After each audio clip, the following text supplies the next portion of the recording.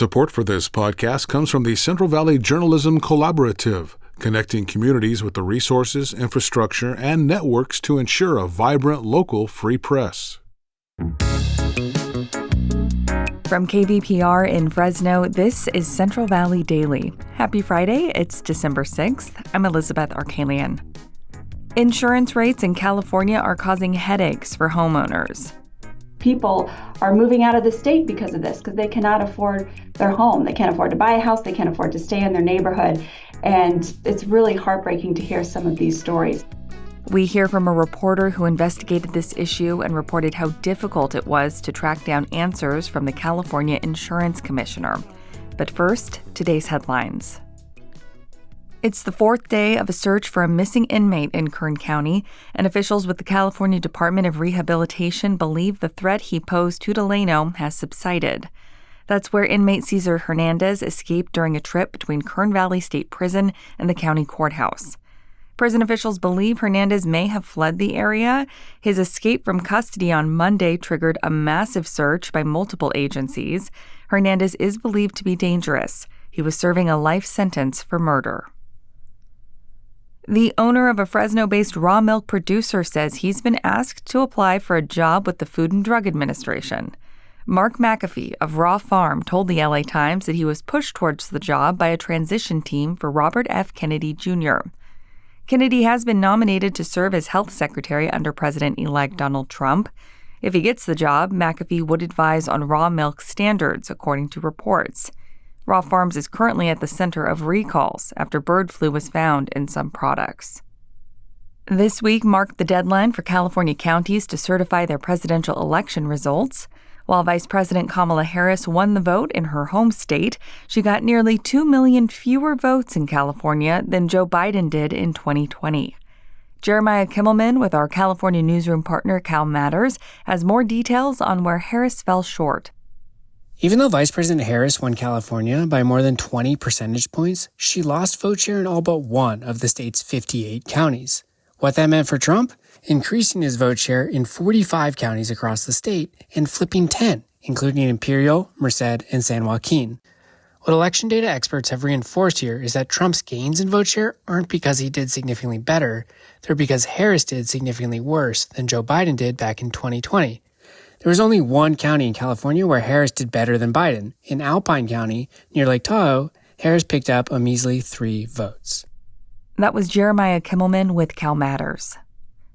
And as election results are certified, KVPR's Crescencio Rodriguez Delgado reports where some Fresno area races have landed. Fresno Unified is the third largest school district in the state, and the race for one board seat came down to the very final votes. Incumbent Claudia Casares pulled off a last-second win over challenger Dan Bordona, a union-backed candidate. She won by just 93 votes. Casares will continue representing Area 6. And there will be a new face on the Fresno City Council next year. Nick Richardson is a former Marine who ran against Roger Bonaktar. Richardson secured his win by just over 900 votes. And 2 people currently serving on the Fresno City Council will become county supervisors. Luis Chavez and Gary Bredefeld both soundly beat incumbents Sal Quintero and Steve Brandow. Chavez leaves behind an open seat on the council, while Bredefeld was termed out. For KVPR News, I'm Crescencio Rodriguez Delgado. Federal immigration authorities are looking to establish a new detention facility in California. This comes as President-elect Donald Trump has promised mass deportations once he's in office. ICE officials requested information from the state in August to identify locations for additional detention bed space. Immigration advocates in the past have tried to block these types of facilities. California Attorney General Rob Bonta says the state may not be able to prevent them due to federal rules.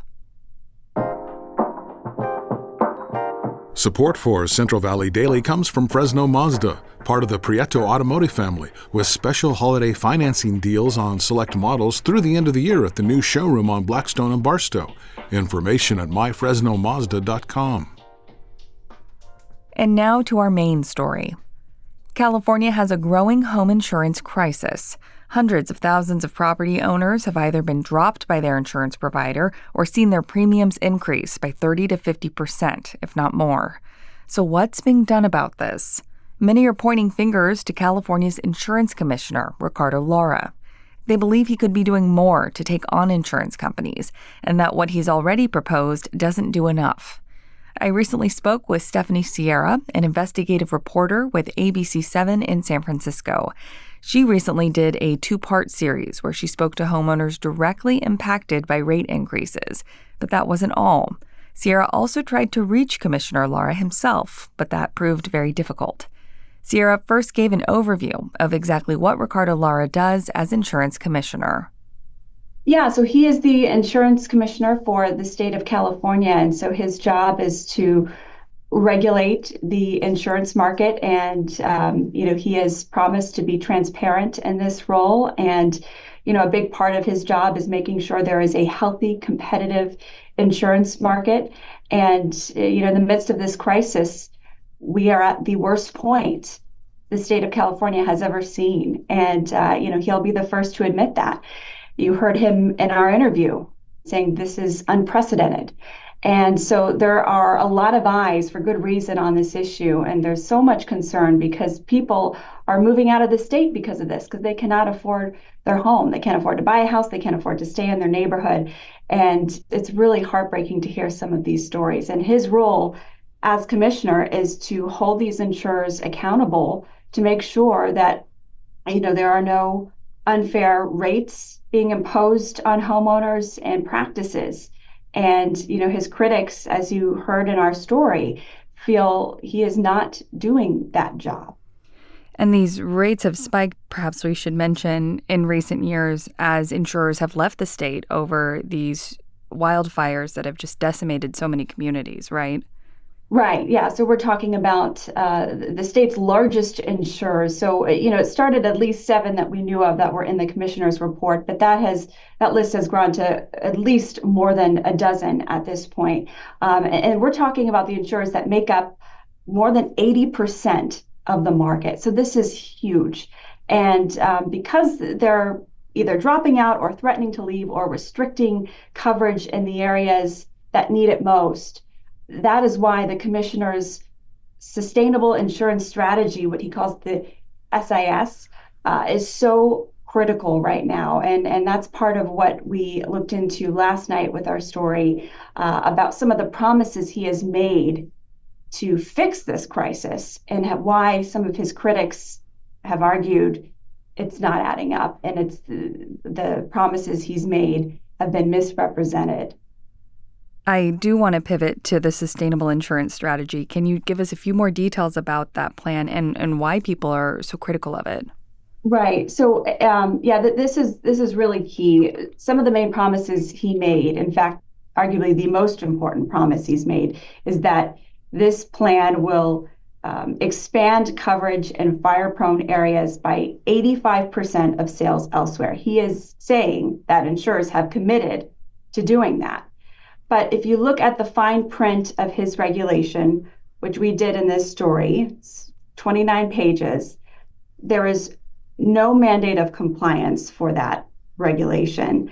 And we pressed him about that because his critics, not just Consumer Watchdog, but local, state, and federal lawmakers have raised concern because they feel it's giving insurers too much leverage. So it sounds like critics may be fearful there's maybe a lot of lip service and not a lot of enforcement in terms of holding these big companies accountable to providing a necessary service to California residents. Right. I mean, that's the crux of the issue here. And it's not just with that particular promise, but it's, he's also claimed that this plan will reduce costs and regulate rate hikes, but his critics argue the proposal will do the opposite with what's called the unverified catastrophe modeling. Now, he calls it his catastrophe modeling, but his critics call it unverifiable because they are basically software algorithms that insurers would be able to use to determine your policy, your level of risk, and it's all done based on a algorithm. And that they're concerned that it won't give the full picture, and they're also concerned that it will be discriminatory. I think it's important to note, too, that part of your reporting was on the fact that Commissioner Lara was not responding to requests for comment from you, right? Yeah, you and I both know as journalists, we never want to be the story. But in this case, because of the repeated attempts, more than a dozen, to try and get in touch with the commissioner, his staff, it was weeks, in some cases altogether 2 months, until we could finally speak with him. And he was only made available a couple hours before the night of our story airing. And we had worked on this for several months, trying to gather all the data and information. And, I think just reflecting on it, I have been an investigative reporter for nearly a decade now. And so I've certainly seen my fair share of public officials, unable to answer direct questions, especially in settings where they are being held accountable on certain issues. But in this case, it wasn't only that, it was his inability, rather, to communicate.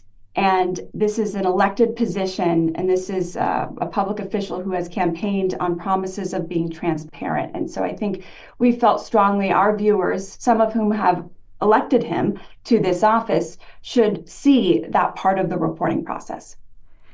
And lastly, in our area, we have a lot of fire-prone areas being so close to the Sierra Nevada. What recourse do people have if they're facing similar issues to the people you spoke with in the Bay Area? They're confused, they're frustrated, they want answers. What can people do? Yeah, it's a great question. And, at this point, there is a 1-800 number on the commissioner's website that you can call. But I've since heard from dozens of people across the state since these stories have aired that have expressed they've tried to get help from that line and they've been unsuccessful. There are resources on the commissioner's website that I would encourage people to go to. You can fill out forms and describe your situation. But I do want to be transparent about what we've been hearing from people who have tried to take that route. That was my conversation with Stephanie Sierra. She's an investigative reporter with ABC7 in San Francisco. If you would like to contact the Insurance Commissioner's Office to file a consumer complaint, you can visit their website at insurance.ca.gov. And that does it for today's show. Today's episode was produced by Jonathan Linden and KVPR with support from the Central Valley Journalism Collaborative. I'm Elizabeth Arkalian. Find the latest local news anytime at kvpr.org.